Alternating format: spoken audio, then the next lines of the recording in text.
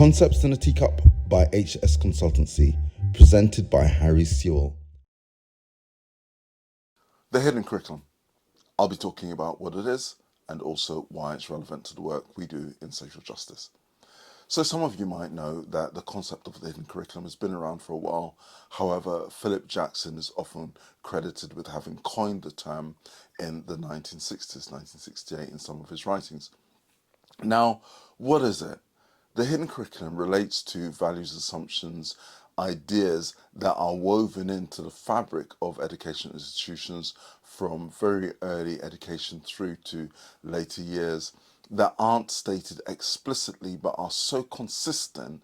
in the way in which they appear within institutions and across institutions, but also across the whole lifespan of most people's exposure to education, that you can only assume that there is some intention to create norms and values without having to state them explicitly.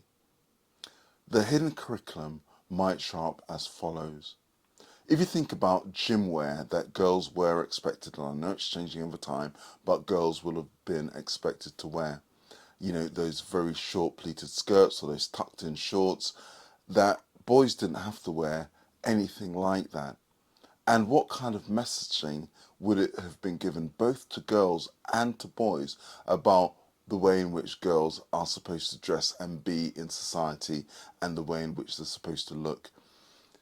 You could also kind of think about colour associations that might not explicitly be stated, but not only the colour associations, the things that are then represented using those colour associations, home economics, the extent to which that might be presented with pink if it is going to be in a brochure, or expectations about who's going to lift heavy things or who's going to be a leader.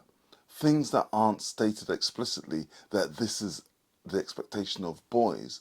but the frequent nature with which boys might be asked to do those things when we know that prepubescent bodies don't vary that significantly in terms of the shape and the kind of strength, but you'll still find that there are expectations along gender lines.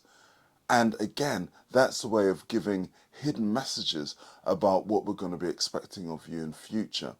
And it creates limits. So let's take a subject like plumbing, which might not have required that significant strength. We've got tools that can kind of overcome some of the challenges, where as adults, even if there are variations around strength, we've got tools that can kind of help resolve some of those. But the messages about who's likely to be a plumber compared with, I don't know, who's going to be a stenographer or a typist, or who's going to be a hairdresser, these messages might not be stated explicitly, but they are consistently given to the point that when we look at the employment market, we can see the outcome of those hidden messages. So let's jump into the field of racial justice. And if, for example, we think about what we assume to be the foundation of knowledge, where it comes from, who are the thinkers, well, what we do know is that often people will assume that knowledge comes from the global north, from white men in particular, and you could kind of also apply this thinking to gender. Now, what I'm referring here to is the fact that if we know that people are likely to assume that the founders of our knowledge come from the global north and that they are white men, and we are presenting information that actually hasn't emerged from that part of the globe or from that racialized or ethnic background, if we choose to not disabuse people of assumptions that we know they're likely to have, then we become complicit with perpetuating ideas and assumptions as people navigate through the world. So if you were to ask a group of people for examples of indigenous knowledges that they can draw upon from their education, they might struggle to give you examples, even though they'll have been exposed to some. So you might be curious as to why it is that educational institutions choose to not explicitly state when they're drawing on information that hasn't emerged from the global north. Let me give you an example, just kind of very pedestrian, everyday example of what I mean about not responding to people's assumptions. If there's a dog owner in a park and they have a dog that looks like a Doberman and it's running towards a family that's got small children, they might know that that dog is harmless, that it's kind of been well trained, or it actually isn't a Doberman, it just looks like one, but they choose to say nothing because in their minds they think, but I know, then it's kind of irresponsible, and it's also disrespectful to the family who might be petrified by seeing what looks like a vicious dog rushing towards them if you choose to say, but I know the dog's okay, and you'll find out in the end.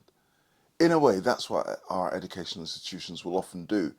Sometimes the educationists do, sometimes they don't know. But if they do know the source of the information that they're sharing, if they know that they're imparting that into a mindset where people are likely, the students are likely, the learners are likely to make assumptions about the foundations of that knowledge, and they choose to not share an alternative understanding, that's why I say they become complicit with perpetuating assumptions.